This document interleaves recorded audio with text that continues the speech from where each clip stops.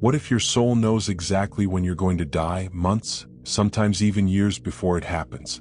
What if the universe has been sending you subtle signals all along, preparing you for the greatest transition you'll ever make? What if there are 5 unmistakable signs that death is approaching, signs that aren't about disease or accidents but about your soul getting ready to return home? These revelations go beyond medical diagnosis, beyond what doctors can see, beyond what science currently understands about consciousness in the moment of death. Death isn't something that happens to you. It's something your soul actively prepares for. And if you know what to look for, you can recognize when this preparation has begun. This isn't about fear. This isn't about morbid fascination. This is about understanding the most profound transition every human being will face and how recognizing these signs can actually transform how you live right now. If you've ever wondered whether there's more to death than just the stopping of a heartbeat, if you've questioned whether consciousness really ends when the body fails, if you've felt that mysterious pull toward something greater, what you're about to discover might change not just how you think about death but how you experience every moment of life you have left. When was the last time you really thought about your own death? Not the abstract concept, not the philosophical idea, but the actual reality that someday your consciousness as you know it will face the ultimate transition. Maybe you push these thoughts away. Maybe they creep in during quiet moments, late at night when you can't sleep, or during times of illness, or when someone close to you passes away. Maybe you feel that flutter of panic, that existential dread that whispers, what if this is all there is? You're not alone in this. Death is the one experience that unites every human being who has ever lived. Yet it remains the greatest mystery we face. We can prepare for almost everything else in life. Career changes, relationships, financial challenges. But death. Most of us live in denial, hoping that if we don't think about it, somehow it won't happen. But what if this approach is robbing you of something precious? What if understanding the signs of approaching death, not to fear them but to recognize them, could actually give you the most meaningful preparation possible for the journey ahead? Here's what most people don't realize. According to ancient wisdom traditions and modern consciousness research, death isn't a violent interruption of life. It's a carefully orchestrated transition that your soul begins preparing for long before your body shows any signs of failure. And if you know how to read the signs, you can participate consciously in this preparation instead of being caught off guard by it. Before we dive into these 5 profound signs, you need to understand something fundamental about consciousness and death that will reframe everything you think you know. Most people believe consciousness comes from the brain. That when the brain stops functioning, awareness simply ends, like turning off a light switch. But what if that's backwards? What if consciousness is primary and the brain is simply its temporary instrument? What if awareness exists independently of physical matter and death is actually the moment when consciousness expands back into its natural state? This isn't just philosophical speculation. This is what thousands of near-death experiences suggest. This is what ancient wisdom traditions have taught for millennia. Your soul, that essential consciousness that you truly are, doesn't die when your body fails. It transitions. It expands. It returns to a state of being that's actually more natural than physical existence. But here's the key insight. This transition doesn't begin at the moment of physical death. It begins much earlier as your soul starts to loosen its attachment to the physical world and prepare for its return to pure consciousness. Think of it like a butterfly preparing to emerge from its cocoon. The transformation doesn't happen in an instant. There's a process, a preparation, a gradual shifting from one state of being to another. And during this preparation period, your soul sends signals, not just to your body but to your consciousness. Signs that the great transition is beginning.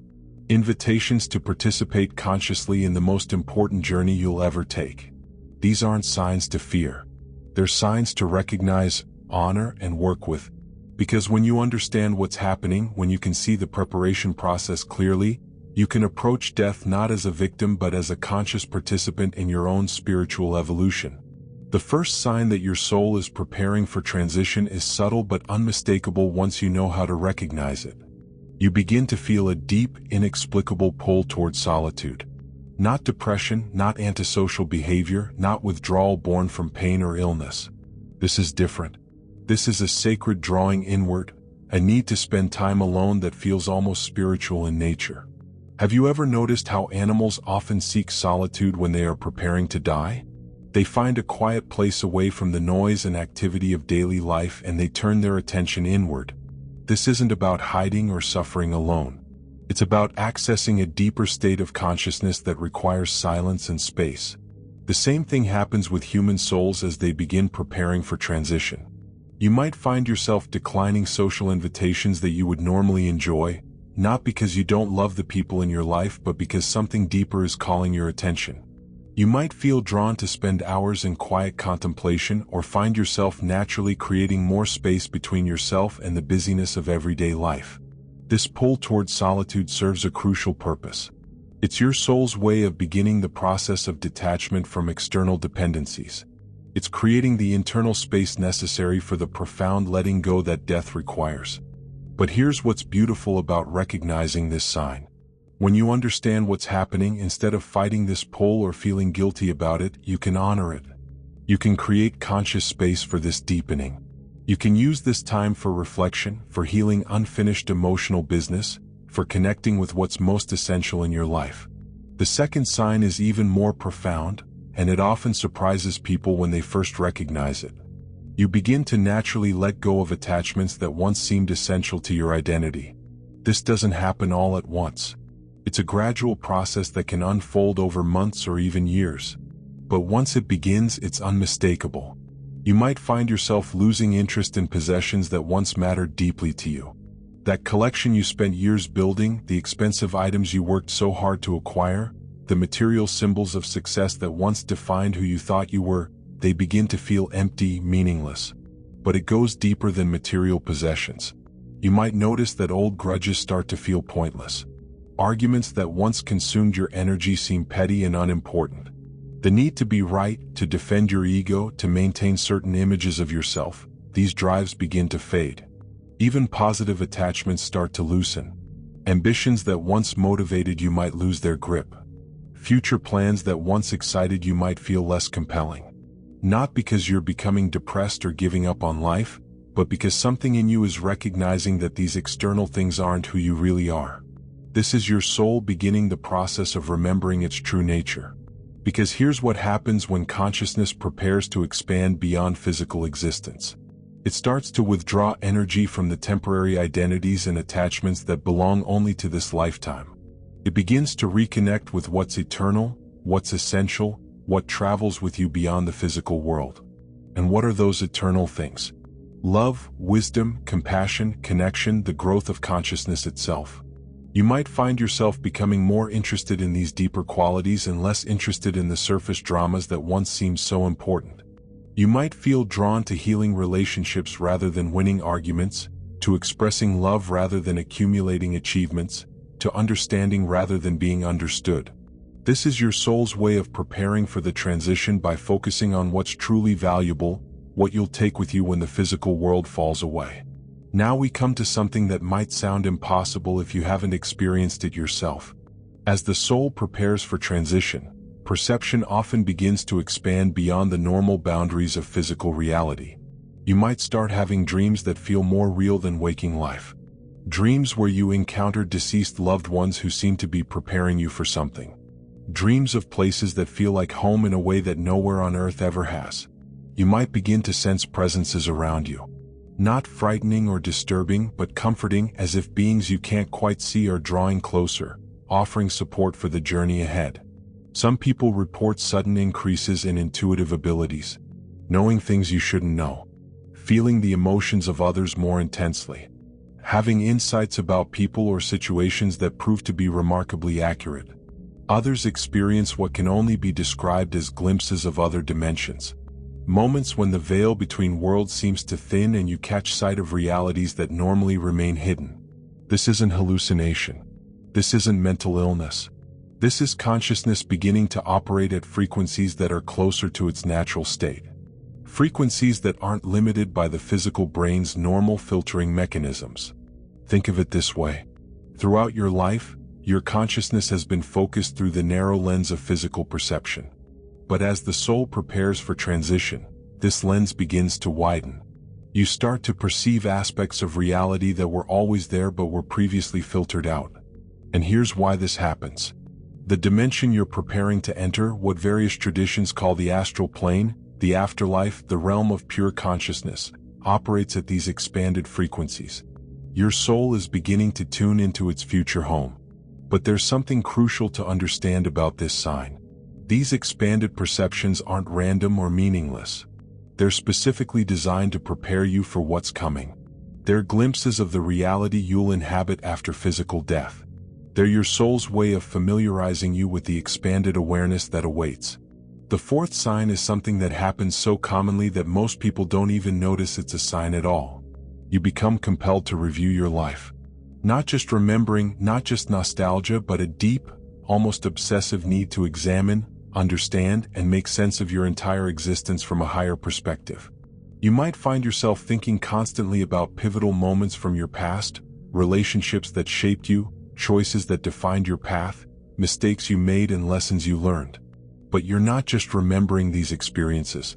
You're reviewing them with a wisdom and perspective you didn't have when they originally happened. This often manifests as a sudden desire to reconnect with people from your past. To heal old wounds, to express gratitude that was never spoken, to ask for forgiveness or to offer it, to complete conversations that were left unfinished.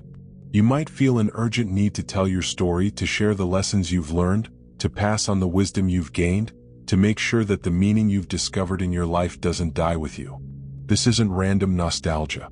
This is your soul engaging in what consciousness researchers call the life review, a process that typically happens during the transition itself, but which often begins months or years before physical death. And here's why this happens. Your soul knows that consciousness continues after physical death. But it also knows that the specific perspective you've gained in this lifetime, the unique combination of experiences, lessons, and growth that make up your individual journey, is precious and temporary. So it begins the process of integrating these experiences, of extracting their essential meaning, of transforming lived experience into eternal wisdom. But here's the profound part. When you recognize this compulsion for what it is, you can participate in it consciously. Instead of being driven by vague feelings of urgency or regret, you can actively engage in the life review process. You can reach out to people who matter. You can heal relationships that need healing. You can express love that needs expressing. You can complete the business of this lifetime while you still have the opportunity. And now we come to the most profound sign of all. The one that once you experience it leaves no doubt that your soul is preparing for the greatest journey of all. You begin to feel a deep, inexplicable longing for home, but not any earthly home you've ever known. This isn't nostalgia for childhood. This isn't missing a place you used to live. This is something entirely different. It's a longing so deep, so profound that it seems to come from the very core of your being. People describe it in different ways. Some say it feels like homesickness for a place they've never been. Others describe it as a pull toward something they can't name but somehow recognize. Still others speak of feeling like a traveler who's been away far too long and is finally preparing to return. This longing often manifests in unexpected ways. You might find yourself staring at the sky more often, feeling drawn to its vastness. You might feel inexplicably moved by music, art, or natural beauty in ways that bring you to tears. You might experience moments of such profound peace that they feel like memories of where you truly belong. And here's what's really happening. Your soul is beginning to remember its true home. Not the physical world where you've been temporarily residing, but the dimension of pure consciousness from which you came and to which you're preparing to return. Because according to the deepest spiritual traditions and the most profound near-death experiences, physical life is actually a temporary journey. We're souls having a human experience, not humans who might have souls. And as the physical journey nears its completion, the soul begins to feel the pull of its eternal home. This isn't sad. This isn't tragic. This is actually the most natural thing in the world. It's like a child who's been away at camp all summer beginning to feel excited about returning home to family. The camp was wonderful. The experiences were valuable. But home is where you truly belong. But here's what makes this sign so transformative. When you recognize this longing for what it is, instead of being confused or frightened by it, you can embrace it. You can allow yourself to feel the profound peace that comes with knowing you're preparing to return to your true nature. And something miraculous happens when you stop resisting this pull toward home. You begin to experience that eternal home even while you're still in physical form. You start to access the peace, the love, the expanded awareness that awaits you. You get glimpses of who you really are beneath all the temporary identities and roles you've played in this lifetime. But let me address something that might be troubling you right now. Because if you're recognizing these signs in yourself or someone you love, you might be feeling afraid. You might be thinking, does this mean death is imminent? Should I be panicking? The answer is both simpler and more complex than you might expect.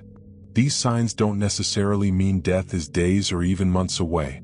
The soul's preparation process can unfold over years. Some people experience these signs intensely and then continue living full, meaningful lives for a long time. Others might experience them more subtly over extended periods. The timeline isn't the point. The preparation is the point. Because here's what these signs are really about. They're your soul's way of ensuring that when the transition does come, whether it's next week or next decade, you're ready. Not just physically or practically ready, but spiritually and emotionally ready. And being ready doesn't mean being resigned to death or giving up on life. It means approaching whatever time you have left with greater consciousness, deeper purpose, and more authentic connection to what really matters. When you recognize these signs, you're being given a gift. The gift of conscious preparation, the gift of time to align with your deeper truth, the gift of opportunity to live your remaining time, however long that might be, with extraordinary presence and meaning. Think about this. Most people spend their entire lives unconsciously avoiding thoughts of death only to be caught completely unprepared when it comes. But these signs offer you something different. They offer you the chance to approach death as a conscious spiritual practice rather than an unwelcome surprise. And here's the paradox. When you prepare consciously for death, you often find that you begin living more fully than you ever have before. Because knowing that this physical experience is temporary makes every moment precious, every relationship sacred, every experience a gift to be fully received. So what do you do with this knowledge? How do you live differently when you understand these signs? First, if you're experiencing these signs yourself, honor them. Don't fight the pull towards solitude. Use it for reflection and spiritual deepening. Don't resist the loosening of attachments. Celebrate your growing freedom from what doesn't truly matter. Don't dismiss expanded perceptions. Explore them with curiosity and openness. Don't avoid the life review. Engage with it consciously and completely. Don't fear the longing for home. Let it remind you of your true nature. Second, if you're recognizing these signs in someone you love, support them with understanding rather than fear. Don't try to drag them back into attachments they're naturally releasing. Don't dismiss their expanding perceptions as confusion or illness. Don't prevent them from engaging in the life review process. Instead, participate with them. Help them complete what needs completing. Join them in exploring what's opening up. Third, whether you're experiencing these signs now or not, let this knowledge transform how you approach life itself. Because understanding the preparation process for death can actually teach you how to live more consciously. Start practicing the letting go of unnecessary attachments now. Begin cultivating solitude for spiritual reflection. Open yourself to expanded perception and intuitive awareness. Engage regularly in reviewing your life for meaning and completion. And most importantly, start recognizing that deep longing for home that exists in every human heart, the longing to return to your true nature even while you're still embodied. These aren't just death preparation practices. They're consciousness expansion practices. They're ways of living that align you with your deepest truth and highest potential. And here's something beautiful. When you live this way, death loses its terror. It becomes not an ending to be feared but a graduation to be anticipated. Not a failure of the body but a completion of a sacred journey. You begin to understand that you're not just a physical being who might have a soul. You're an eternal soul who chose to have this physical experience. And when the experience is complete, you return home to the vast consciousness from which you came, enriched by everything you've learned and loved along the way. What if these 5 signs aren't warnings that something terrible is approaching? What if they're actually evidence of something miraculous? Proof that consciousness is eternal, that love transcends death, that your deepest essence is indestructible. Think about it this way. If consciousness truly ended at death, why would there be any preparation process at all? Why would the soul begin loosening attachments, expanding awareness, and longing for home? Why would there be this gradual, purposeful preparation for something that was simply going to be nothing? The very existence of these signs suggests that consciousness continues beyond physical death. That death is a doorway, not a wall. That something in you knows exactly where you're going because you've been there before. This radically transforms how we understand not just death but life itself. If your soul is eternal, then every experience you've had in this lifetime, every joy, every sorrow, every lesson, every moment of love contributes to your eternal development. Nothing is wasted. Nothing is meaningless. Every single moment has been part of your soul's journey toward greater wisdom, greater love, greater consciousness. And if death is actually a return home rather than an ending, then these signs aren't tragic. They're sacred. They're evidence that the universe operates with such profound wisdom and compassion that it prepares you gently, gradually, lovingly for the most important transition you'll ever make. This information isn't just for people who are actively dying. It's for everyone who's alive. Because whether you recognize these signs in yourself now or not, your soul is constantly preparing you for the eventual transition. Every moment of spiritual growth, every release of ego, every expansion of love, every glimpse of your deeper nature, these are all part of the same preparation process. You don't have to wait until death is imminent to begin living consciously. You can start now. You can begin releasing attachments that don't serve your highest good. You can cultivate the solitude necessary for spiritual development. You can open your perception to expanded possibilities. You can regularly review your life for meaning and completion. You can acknowledge the longing for spiritual home that lives in your heart. And when you do this, something extraordinary happens. You don't just prepare for a peaceful death. You create a more conscious life. You align with your soul's purpose. You live from your deepest truth. You love more fully, forgive more easily, and experience more joy. The practices that prepare you for death are the same practices that awaken you to life. This is the ultimate paradox. By consciously preparing for death, you finally learn how to truly live. What would change in your life if you really understood that consciousness is eternal? That love never dies, that you're a soul on a journey rather than a body headed toward extinction? How would you treat the people in your life if you knew that the love you share transcends physical existence? How would you spend your time if you understood that what you're really doing here is developing your capacity for consciousness, wisdom, and compassion? These 5 signs of approaching death aren't really about death at all. They're about awakening. They're about remembering who you truly are. They're about recognizing that the physical world, as beautiful and meaningful as it is just one dimension of your existence. When you understand this, death loses its sting. Not because it becomes easy or painless, but because it becomes meaningful. It becomes part of a larger story of consciousness exploring itself through countless forms and experiences. Your life, with all its struggles and triumphs, its loves and losses, its moments of despair and transcendence, is not a random accident in an uncaring universe. It's a sacred journey undertaken by an eternal soul for the purpose of growth, learning, and the expansion of love itself. And these signs that we've explored, they're evidence that even death, especially death, is surrounded by wisdom, compassion, and careful preparation. You're not just a biological organism struggling to survive.